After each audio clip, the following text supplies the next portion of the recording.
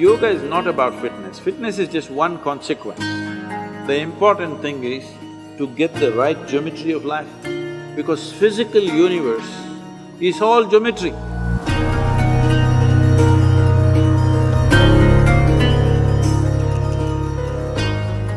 Why is that wherever you go to, kind of preach or talk about stuff, you sit in a particular position, with sandals removed from your left leg up and right leg on the ground intact? Is it your style, or is it the way that one person should sit? What is called as Hatha Yoga, the physical postures, it is about manipulating the body in such a way that you get to a certain geometric perfection, that your geometry is aligned with the larger geometry of creation, so that you're always in sync, you're never off. And how balanced you are, how clearly you see things and how well you do things simply depends on how much you are in sync with everything else around you. Whether it's people or trees or life or just space, are you in sync with it or not will decide how smoothly, how friction-free is your function in the world. Now, I don't sit like this all the time, only when I speak. How I am sitting, if I have to explain, there are many aspects to it. One simple aspect is the left heel. The left heel is… there is a point on the left heel that today the medical sciences are calling it as the Achilles. You heard of that? You heard of the man? Achilles? You heard of the man? You saw the movie. You didn't see the movie? Troy? You didn't see? Very innocent boy.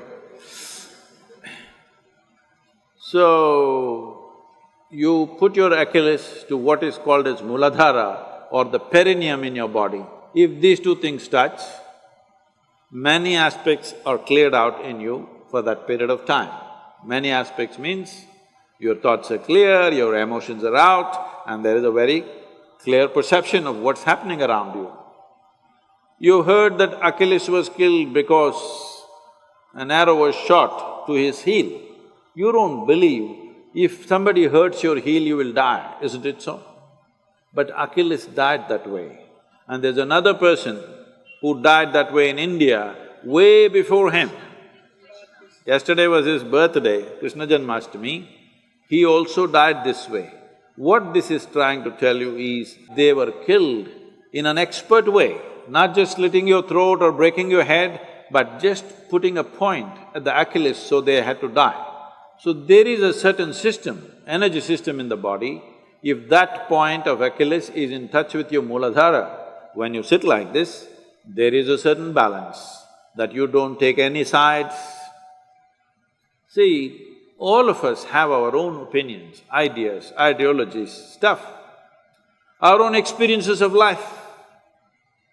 Your own experiences of life and imprints that you have taken in your mind influences everything that you see. You like this person, you don't like this person, you love that person, you hate this person.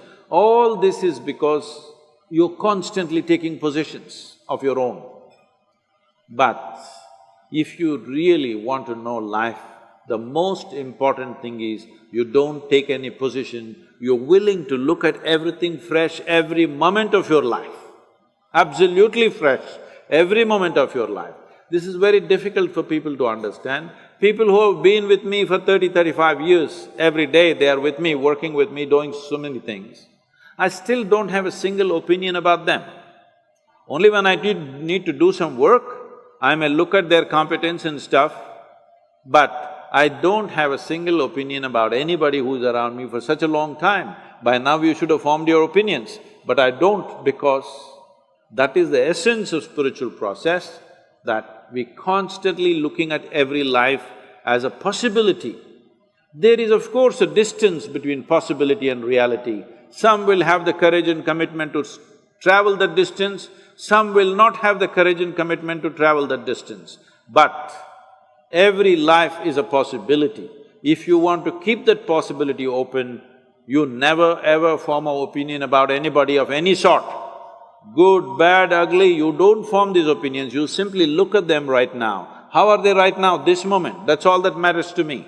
How you were yesterday is not my business. How you may be tomorrow, let's see. Tomorrow must be created, not concretized right now, isn't it?